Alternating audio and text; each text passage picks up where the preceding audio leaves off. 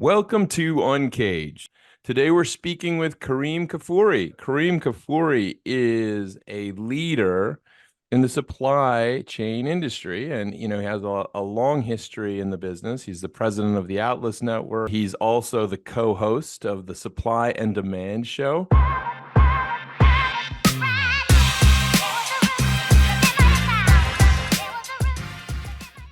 So we're going to be talking about really what's the state of the supply chain industry today? What's happening? Where are we? Have we evolved it? Certainly, it seems like there's a lot of action right now, and Kareem's got all the answers for us. But before we get into that, Kerim, tell us a little bit about you and your career. Definitely. Thank you so much. Really appreciate it again for having me on the show. My name's Kerim Kfuri. I'm the president and CEO of a company called the Atlas Network, which is a global supply chain solutions company. I was formerly a regulator. I worked at the Securities and Exchange Commission in the Office of International Affairs and was at NASD FINRA for many years as well. And essentially, I took this idea that the realm of supply chain, especially when we're dealing with cross-border, was not as regulated as it really could or should be. Mm-hmm. And with this in mind, I decided to create a company that was dedicated to essentially mass production and supply chain delivered safely. And the same mechanism that we've had for almost 20 years still holds true today, which was kind of three tiers of our business. The first is proper suppliers, so supplier vetting process being very important upfront. And we've done that successfully over 2 decades. Our network is almost 2,000 factories and suppliers globally to date. The second part is having basically eyes and ears on the ground. So having your own teams and making sure that you're really kicking the tires and turning over all the stones where you need to. And then finally, similar to the financial industry, third-party attestation is always very critical as well. So we work with some of the best audit firms in the space, the Bureau Veritases, the B Trusts as well, to ensure that it isn't just kind of signed off by the factory or our own teams, but then there's additional sets of eyes. And this mechanism has allowed us to provide for thousands of customers and millions of products over almost 2 decades. Amazing. Very happy to be doing that for our customers and making sure that they have resilient and reliable supply chains for them. Yeah, I mean, I think that was the name of the game over the last couple of years, trying to make sure that things were resilient and reliable. There was that moment where I think we all felt like maybe trade was somehow coming to a standstill. It felt like out of a chapter of Atlas Shrugged or something, where everything was stopping. But I'm a big believer in the importance of trade for really a million reasons. I mean, to be honest with you, I think it plays a big role in peace, and sometimes we forget that. But tell me a little bit more about kind of all the things that you're working on right now. Yeah, I mean, today is a very, very exciting time in supply chain. There's a lot of innovation that is happening. There is a significant amount of opportunities regarding artificial intelligence and development in that arena. We are very proud and honored to be the first US-based verified supplier of Alibaba. This is part of a large-scale nearshoring effort that Alibaba has been facilitating, and I actually been writing on a lot of these and a lot of op-ed pieces around sort of nearshoring, whereas Alibaba is developing US-based supplier and buyer networks and connecting those dots in the ways that they have globally for years before in an attempt to essentially facilitate more trade and less disruption. And we are a big part of this, new initiatives that are happening. Things I'm working on now outside of my company and our clients and our business and this relationship with Alibaba is a lot of thought leadership type of work. I'm writing a lot for many different publications. We have a show, which you mentioned before, called Supply and Demand Show. I love that. The Supply and Demand Show. Make sure you go check it out. It sounds great. Yeah. It's a great show. I actually do that with a co-host named Richard Crawford, who has an Amazon Prime series called Leave No Trace, which is all about reduction of carbon footprint and so on and so forth. And this is very, very important to date, especially with the most recent COP28, which was done in Dubai, where the initiatives around sort of zero emissions by 2050 was put out as a task by a lot of the large scale shipping and freight lines. So there's a lot of opportunity. And so Richard Crawford brings a nice perspective to the supply and demand show, especially with a lot of the sort of decarbonization efforts that are happening within supply chain today too. So I love that. I mean, that's a really hot topic, and it's certainly a critical one. But I mean, I think that the reason why supply chain has really captured a lot of folks' imagination, and I think one of the reasons why there's been so much innovation is it really has been rethought, I feel, over the last 4 or 5 years. Certainly there was kind of the traditional way that folks were thinking about global trade. But now, when suddenly there was no trade and no one could have microprocessors to build cars and anything, suddenly everyone got very anxious, right? And so tell me a little bit of what's evolved over the last couple of years in the market and how the supply chain has kind of reconfigured itself. right. Well, I mean, technology has a very, very big part to do with this. The world is much smaller than it ever has been before, and really, to grab that opportunity is within anybody's fingertips. Whereas previously, it may have been only available to certain businesses of a certain scale or Hmm. opportunity. Now you have the ability to really kind of do and produce and manufacture and import anything you want in lightning speed and record time. I think some of the biggest innovations, at least we're seeing in our industry, is with the ideation process. So, historically, you'd have an idea or you'd want to come up with a new SKU, and then you'd go to a design firm and you'd work with them for a couple of months to sort of pull it all together and then have to find a supplier and send it off. And it took, months and back and forth and so on and so forth. Whereas today, we have softwares and tools such as Midjourney or different kinds of Adobe tools where you could put in a product, put in some reference products to the product you're trying to make with colors and materials and other components. And then within a matter of seconds, you may have 40 or 50 iterations of this. And then Wow. you can take that iteration and you can essentially be able to transmit that to a network of factories very easily where 3D prototypes can be produced. And then you can get to the manufacturing stage, months ahead of where you would have been previously. And with a product that is, really what you had in your mind now actually being created as reality. So, this is just one part of that process. I think that Hmm. there's significant amount of opportunities that are happening in the realm of shipping and logistics. As Hmm. I mentioned before, I think there's a lot of decarbonization that is occurring. There are green routes that are being created. And there's plans really all the way from, the US government has part of their Inflation Act where they have, billions of dollars set aside for the development of these hydrogen hubs and things of that nature. So everybody's really kind of putting their arms around how to make the supply chain space more dependable, more More efficient, efficient. Yeah. and with less sort of detrimental impacts to our environment. Because I read a statistic somewhere that said that generally global trade, if you were to kind of calculate it, it would be the eighth largest producer of harmful emissions on the planet, Yeah. seventh or eighth, which is really big. And so, we need to get that under control, and we need to understand how we're going to kind of nip that in the bud. Because, as far as we understand, the global trade industry is exactly that, global. And as long as it's global, you have, to get things from A to B to C, and we need to really minimize the detrimental impacts of that entire transit chain. Yeah. Uh, I think there's a lot being said and worked on by some of the biggest leaders today and governments globally.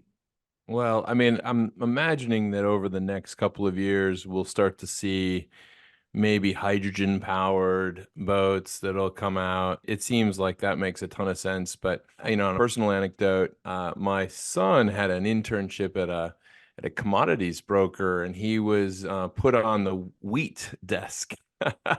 and and this was, at the outbreak of the Ukraine conflict, and suddenly, there was a massive wheat shortage. and the inefficiencies for him that kind of stood out of where things were being shipped, the pallets were being shipped from and to, was just so obvious. Like he was like, I can't believe that we're kind of considering wheat in almost equally that's coming from, if it's going to, let's say, China, from, maybe it's coming from, I don't know, let's say India, and say that it's not, it's almost kind of conceived as almost equal to Ukrainian wheat, because it just is like it's a commodity, right? It's Right. and yet, the exactly kind of what you talked about, the sustainable issues related to that were tremendous, right? I mean, shipping one thing around another good turn of the world versus local is a big difference when talking about fuel, et cetera. So you're absolutely right. I think we're going to see a ton of innovation in that space. And I'm really, really excited to see it. And maybe this is why you're so excited about what you do. I mean, I always try to figure out why people do what they do. I mean, you have an amazing background, Kareem, and you've worked on some incredible stuff in your career, but why are you passionate about this? What drives you? I think it really comes back to the fact of me being a large proponent of being a global citizen. I think that this world is ours for the taking, really. And the more languages we can speak, the more cultures we can adopt, the more kind of borders we can cross, the bigger we are as people. And so that is kind of a underlying motivation as to what I do, and trying to bring those opportunities or advantages to our clients and to businesses that we work with. And even when I'm writing about these topics or otherwise, I'm consistently looking at how we as human beings are building bridges between us. And whether that's on a business standpoint or a cultural standpoint or a philosophical standpoint, um, you know, that's kind of a driving force for me more than anything Hmm. else. I grew up speaking multiple languages, traveling in different parts of the world. I was fortunate to do that, and I use that in sort of what I do every day. What I explain to our kids, every day, that this is a big world, and everybody's opinions and thoughts are equally important. And so, I think that's a huge driver for what I do on the business side. And so, I've been doing a significant amount of work most recently around the concepts of nearshoring. I believe in definitely building up of good local economies in the best ways that you can, and more jobs being created and so on and so forth.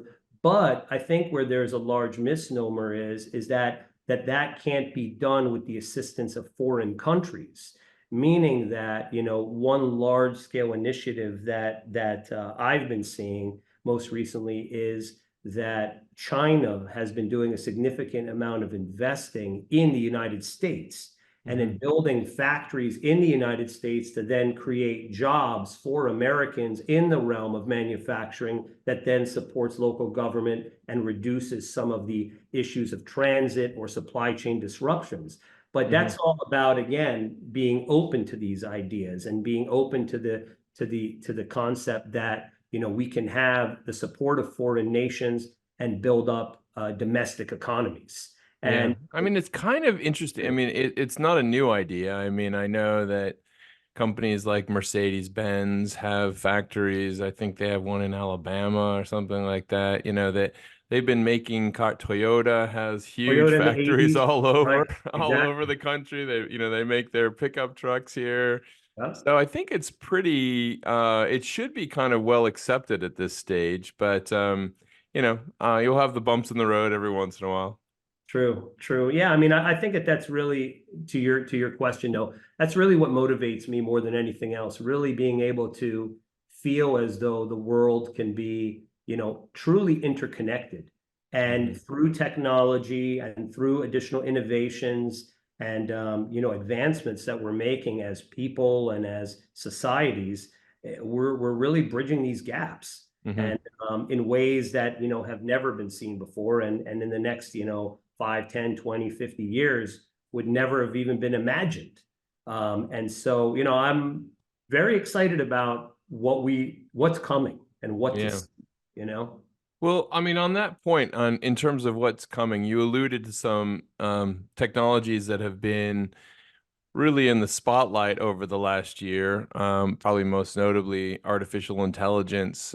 But I mean, if we look at some of these things for in 2024, what do you see as being kind of the hot topics and really on the agenda for this year? Right. So, I mean, what I would tell you is that I did actually just complete my executive certificate in artificial intelligence and strategy from MIT. I did Wow. that because I wanted to learn as much as I could around this space, and because I do believe it's significant. Where I'm landing on this more than anything else is that artificial intelligence is going to be critical for the next decades to come. However, it's going to be in this balancing act between humans and computers that's going to really end up giving us the most efficient outcome.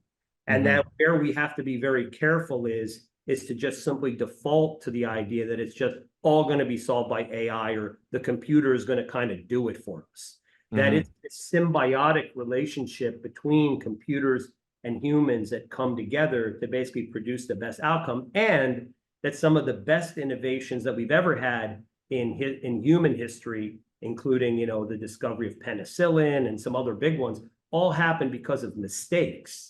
And that we, as we move forward from here, can look for these opportunities as they come about in areas of artificial intelligence and so forth. But we should also always be consistently looking to infuse in our human ideology into that, and Yeah. also realize that as we don't get things right, we are going to develop significant breakthroughs that may not have been achieved if we just sort of sat back and just let kind of the machines do all the work. Yeah. So this is where I'm looking at, in the future here, with sort of a little bit of a careful eye around the developments in artificial intelligence, and what's kind of the next perspectives to be seen. So Yeah. Well, I mean, I love the fact that you took that course. I wrote a dissertation in about media space and machine learning a couple of years ago, and one of the things that really came out is the limited training that's really happening in businesses in terms of this topic. A lot of things like I think I would say a lot of veneer discussions happening and maybe small trials here and there. But one of the things that I was always shocked about is no one's really thinking about how this really shifts how a business would operate, how it would train people. Some of the companies that have been better are companies like Amazon, actually. They've been, I think 2 or 3 steps ahead of everybody else in this type of retraining or upskilling discussion, at least in the U.S. context. But long way to go, and certainly they're going to need your guidance for sure on how to apply it in the supply and the demand space. So, listen, Karim, it's been amazing chatting with you. If someone wanted to reach you, where's the best place to find you? right. The best place to find me would basically be, from a company standpoint, is theatlasnetwork.com. So theatlasnetwork.com is the name of the business.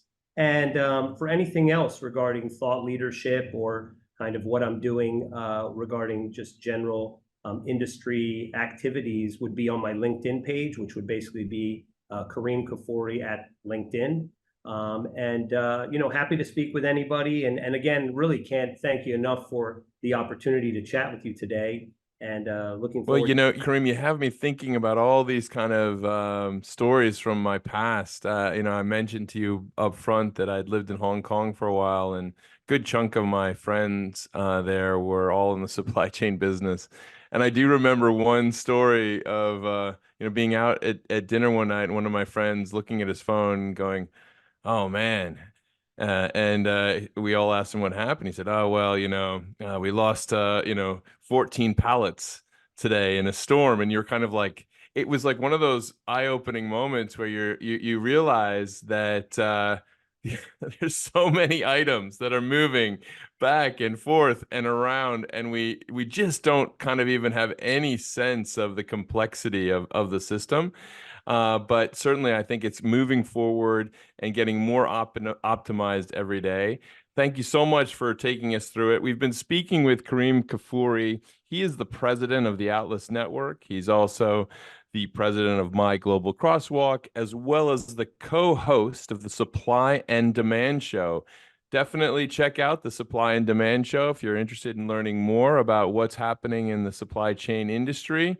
Again, thank you so much for being on the show, and we look forward to having you back. Thank you so much, Ben.